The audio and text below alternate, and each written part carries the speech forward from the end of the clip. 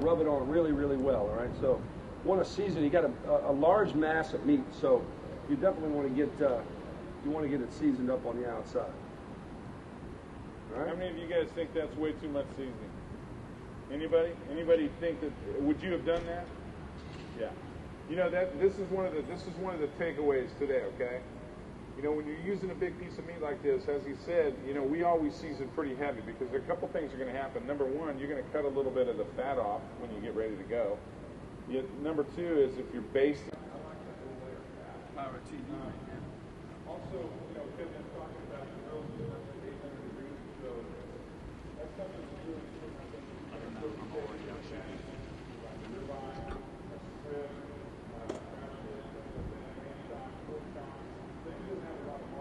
A lot of people just go right at them. You don't really want to do that. You want to let them rest 5 or 6 or 7 or even 10 minutes sometimes, because all of those juices are just like feeding up each other in the inside. So you want to bring that down so they all kind of marble back in and eat this nice. We don't eat any meat. We're both vegetarians. We're talking about this stuff all the time. I started to say a while ago, Kevin and I have been punching those holes in the prime ribs and big roasts like that since we were like 4 or 5 years old. Our dad taught us that. We grew up in Kansas City, and he was a great cook. I'm Kevin Rathbun of Atlanta. I have 4 restaurants here: Rathbun's, Kevin Rathbun Steak, Krog Bar, and just opened KR Steak Bar. And my name's Kent Rathbun. I'm the older brother. I'm from Texas, and I have 5 restaurants in Dallas. I have 1 in Austin and 1 in Houston. Abacus Restaurant, Jasper's, Rathbun's Blue Plate Kitchen, KB Woodfire Grill, and Shinsei. All right, so how do you guys feel about being a part of the Food and Wine Festival this year? You guys have been involved since the very beginning, so can you talk a little bit about that? I'll start it off. You know, since inception, it's brought a lot of electricity to the city. I mean, you know, we've had a lot of festivals. There's been a lot of other things. People try to do this, you know, this festival thing in Atlanta. It's becoming more of a melting pot place. This event has really kind of taken it over the top. The fact that we're bringing in other chefs from around the South, you know, cookbook authors, a lot of people that are, you know, sommeliers, these people from not just Atlanta but outsourcing, really brings a lot of attention to the city. So we're happy to have them here, especially my brother coming from Texas. He's one of the Texas pieces, which is great. So not only do we get to see more of each other, but we're bringing some niceties to the people and bringing them the food. Well, you know, I agree with everything he said. I think it's great for the city. I mean, I'm actually involved in our city in Dallas quite a bit, and we're always looking for ways to bring people to the city and highlight what's beautiful about the city. But, you know, even better than that, it's a great way to get people here in Atlanta or in the South that come in for this festival to meet chefs from other cities. And it's really a great way to expand their knowledge and what other kind of cuisines are out there and what these other chefs are doing from around the country. And, you know, I was just a part of the Food and Wine Festival in Austin. And I'm happy to be here because it's a great way for us to kind of promote ourselves, but it's also a great way for us to meet colleagues and see other cool food. And the people that attend the festivals, they get so many great benefits. What inspires you, each of you, as a chef? Smiles. I think you know, one of the things I talk about being a chef is that it's nearly every time we work, we see instant gratification. You know, a lot of people, they work on projects for years, some months, years, and they may not know for sure if they've done a good job until the very end. We, on the other hand, we see it in our restaurants every night. If we serve you a meal and you're happy, we see it on your face. Hopefully you tell us. And that is a very, very positive influence to all of us as chefs, because we're always being sort of, you know, for lack of a better word, stroked a bit. Yeah. And so we see the benefit of our work. But on the other hand, we can blow it just as quick. Yeah, and with that said, you know, what inspires me is employees, you know, partnerships with our people.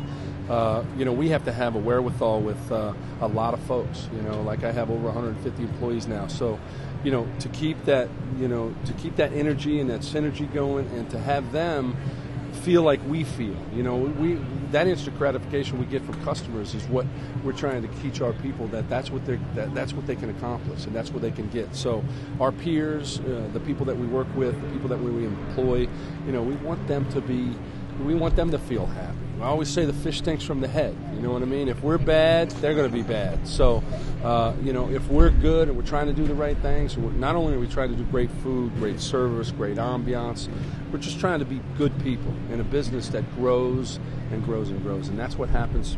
That's how we expand what we have, is by working with the people and doing the right thing with our employees as well as making the customers happy. So this festival is a celebration of Southern food and drink and tradition and culture. What would you want people to know about that? Like, how would you sort of either describe it, or what would you want to tell somebody who hadn't been here before, was asking about it? Well, I think I think the whole Southern piece, the movement, right? Let's just call it a great movement.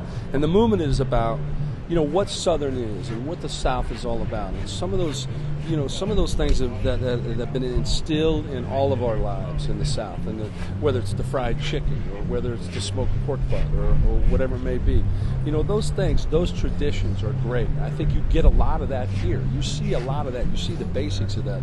But what's happening now is with all these chefs coming on and everybody having this kind of farm to table, get real to the earth, make this Southern movement what it is.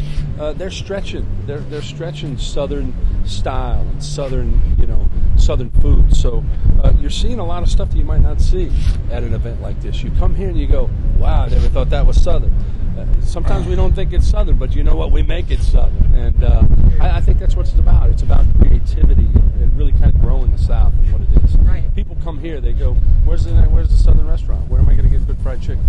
There's so much more to the South than that. We are more than barbecue and bourbon. Yeah, that's right. We are more than barbecue and bourbon. But that's good stuff too. That's good stuff too. You got to have that. That works with that goes. The synergy there is there. So, if that answers your question. That does totally.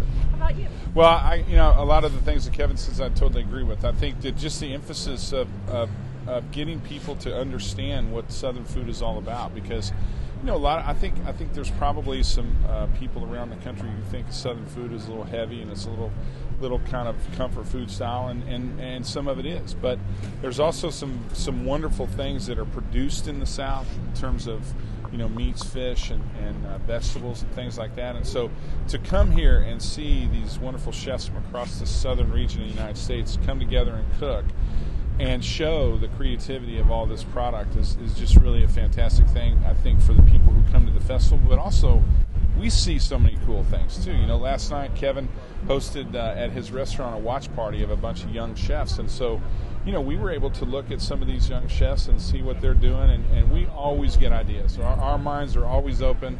And, we want to make sure that we're learning, too. So it's good for everybody. And the watch party, not only do we see what they're doing, but the excitement that some young chefs or sous chefs or some people in this business are just excited to be invited to an event like this. So, it's nice that they're coming and they get to see, and it's like a kid in a candy store when they meet their, the person that wrote the book they love, or the chef they've had great food or seen on TV, or taught them something in a recipe. So, we're garnering our own as well, and this event does it for us as individuals, and I think that the people just love that, and it really just kind of exudes into the people. That's awesome. I'm sure. I'm just going to add one thing. I'm sure he would agree too that it wasn't that long ago when Kevin and I were first invited to something like this, and the excitement level that we had when we were invited to something like this, where we sort of felt, wow. Not only do we feel part of this, but we feel like we've come into our own a little bit. And I think those chefs last night at Kevin's restaurant must have had a good feeling about being part of that. And that's, that kind of encouragement and that kind of personality building, I think, is what makes great chefs. Come back next year for sure, man. It's going to be great. I say the South is exuding some passion today. And if you're not here, you're not anywhere. Come back.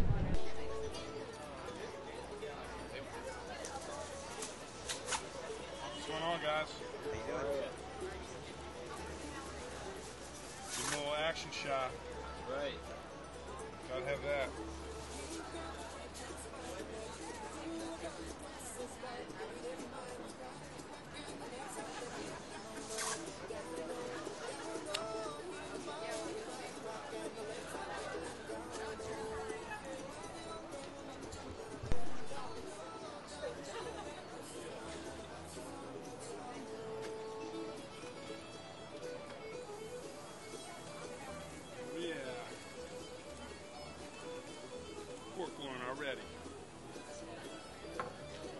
Basil sprigs. Dress up the plate, make it look good. Charge extra for that.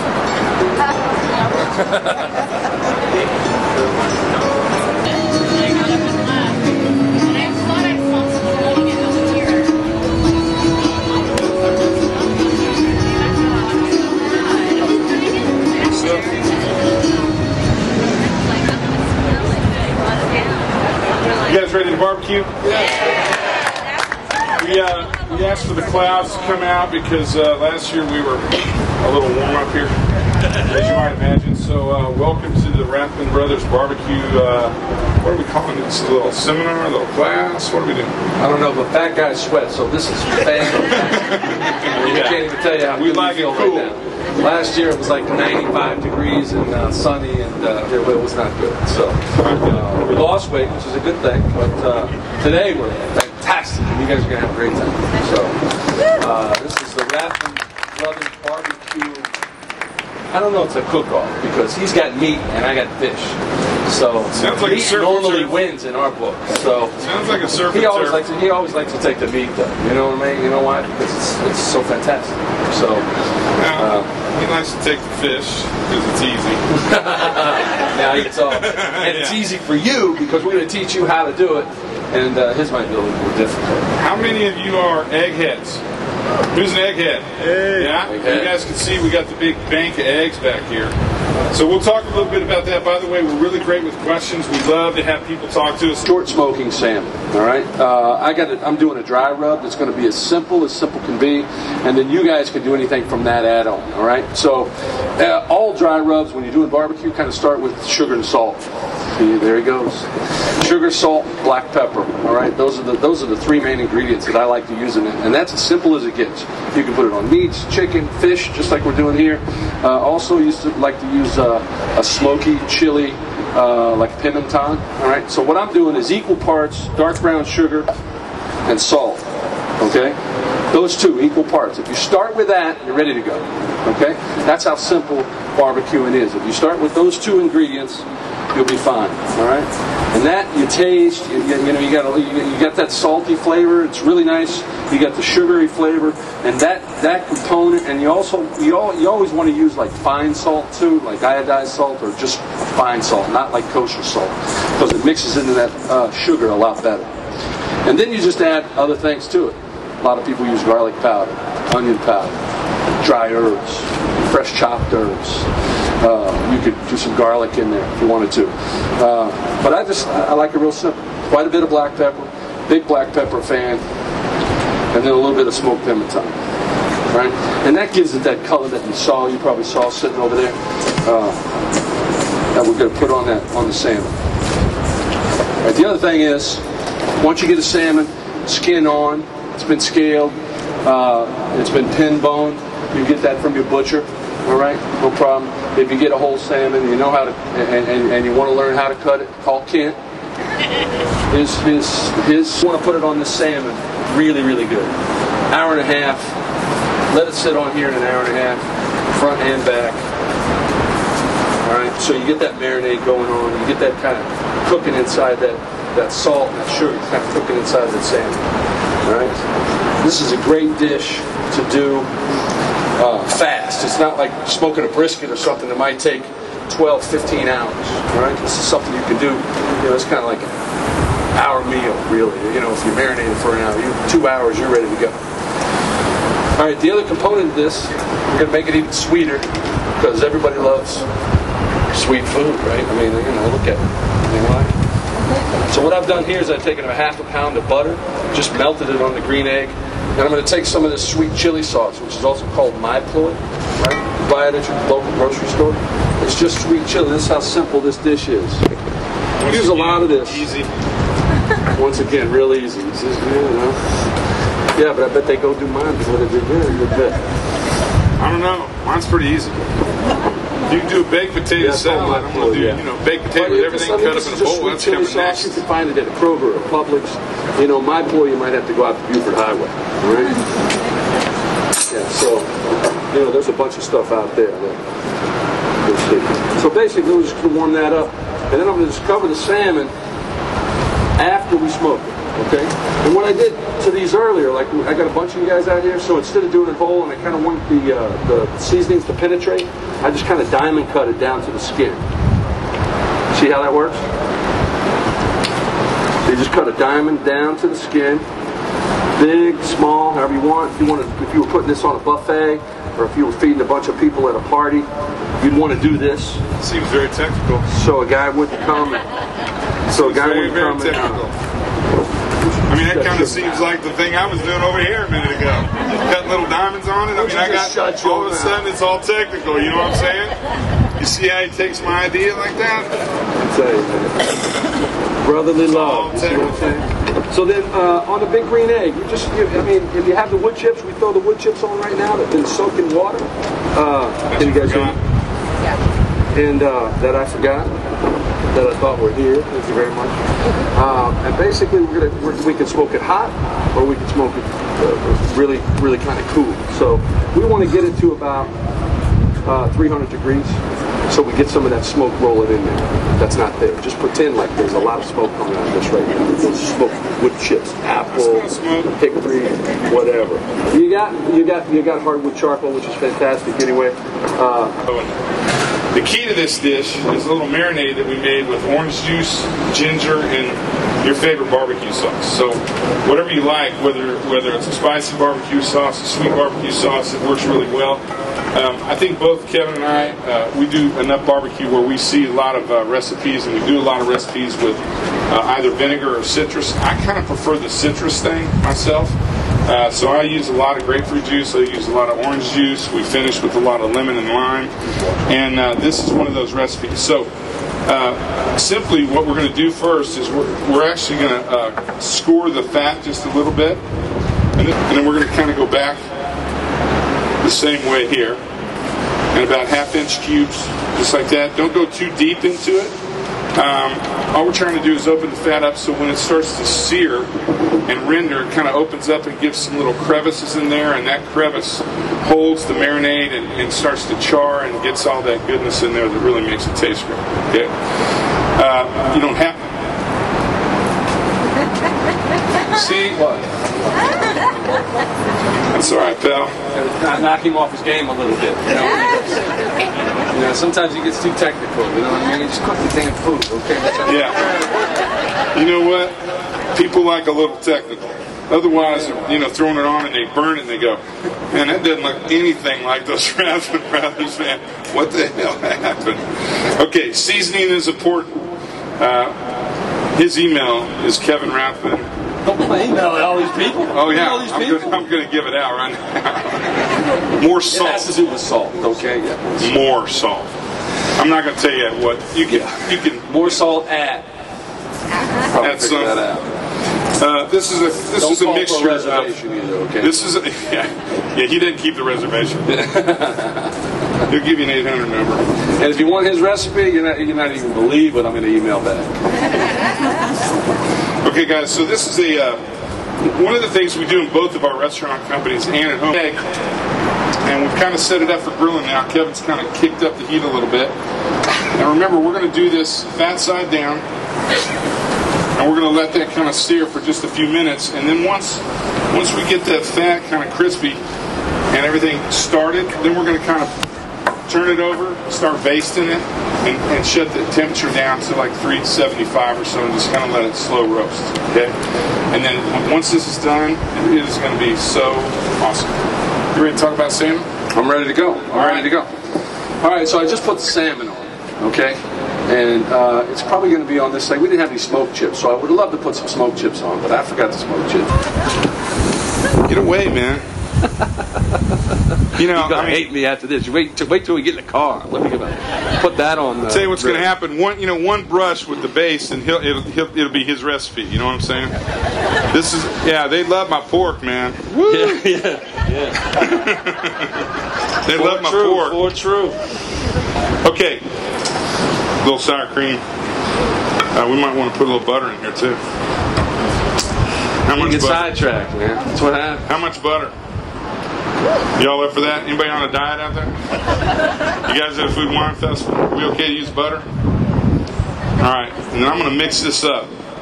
So here's what, let me just recap here. We got roasted potatoes cut and either deep fried or roasted again so they're nice and crispy. We got bacon bits fried really crisp. We got cheddar cheese of your choice. Could be white or yellow, whatever. We have chives or scallions. We got butter, we got sour cream, and we got a little salt and pepper. This is going to be tasty. Okay?